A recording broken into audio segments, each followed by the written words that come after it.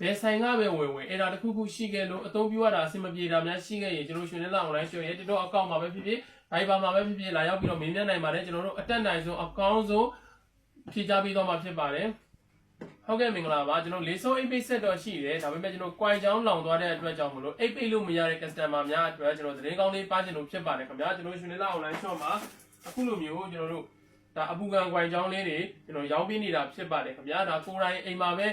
တက်ဆင်ပြီးတော့အသုံးပြုလို့ရပါတယ်ခင်ဗျာစက်တွေကိုဈေးကြီးပေးဝယ်ထားပြီးတော့ကျွန်တော် coin ချောင်းမကောင်းတော့လို့ coin လောင်သွားလို့မို့အသုံးပြုလို့အဆင်မပြေတဲ့ customer များအတွက်ကျွန်တော်အခုလို့ဆို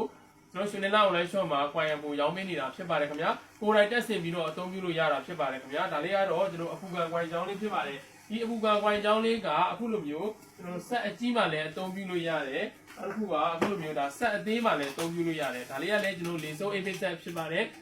ဒါလေးကလည်းကျွန်တော်လေစုံ 8 page set လေးဖြစ်ပါတယ်ဒါလေးကလည်းကျွန်တော်လေစုံ 8 page set ဖြစ်ပါတယ်ဒါကတော့ဆက်အကြီးဖြစ်ပါတယ် function အစုံပါတာဖြစ်ပါတယ်စီပါရေပါတာကစပိတ်လို့ရတယ်ဒါလေးကတော့ဆက်အကြီးဖြစ်ပါတယ်ဒါလေးကတော့အချောက်ချမ်းတွေပိတ်မယ်ဆိုရင်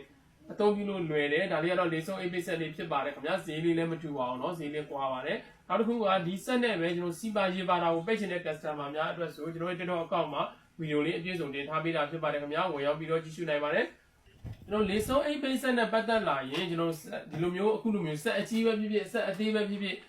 ဘယ်ဆိုင်ကပဲဝင်အဲ့ဒါတစ်ခုခုရှိခဲ့လို့အသုံးပြုရတာအဆင်မပြေတာများရှိခဲ့ရင်ကျွန်တော်ရွှေနေလာ online shop ရဲ့ TikTok account မှာပဲဖြစ်ဖြစ် Viber မှာပဲဖြစ်ဖြစ်လာရောက်ပြီးတော့မေးမြန်းနိုင်ပါတယ်ကျွန်တော်တို့အတက်နိုင်ဆုံးအကောင်းဆုံးဖြေကြားပေးတော့မှာဖြစ်ပါတယ်